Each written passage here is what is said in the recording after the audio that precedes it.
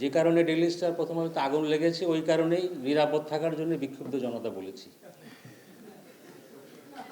এটা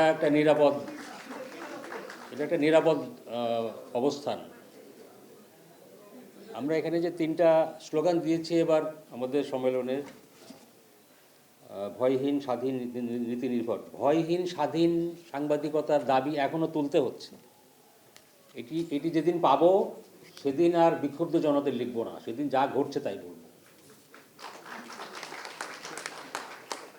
আমি প্রধান অতিথি তিনি আমাদেরকে হতাশ হতে নিষেধ করেছেন, বলেছেন আপনারা সংক্ষুব্ধ হতে পারেন। তো তিনি এখন তাহলে সংক্ষিপ্ত হয়ে কিছু কথা তাহলে বলতে পারি। আমরা আগে বললাম ভয়হীন স্বাধীন সাংবাদিকতার দাবি অনেক পুরনো। আমার সিনিয়র ভাইয়েরা যারা সাংবাদিকতা করে আসছেন অনেক আগে থেকে, তারাও এই দাবি করছেন। এই দাবি এখনও আমাদের করতে হচ্ছে। এটি আগের সরকারগুলো, রাজনৈতিক সরকারগুলো কেন করে নাই সেটা আমরা জানি। সাংবাদিকতার অবস্থা এখন কোথায় দাঁড়িয়েছে সেটাও জানি।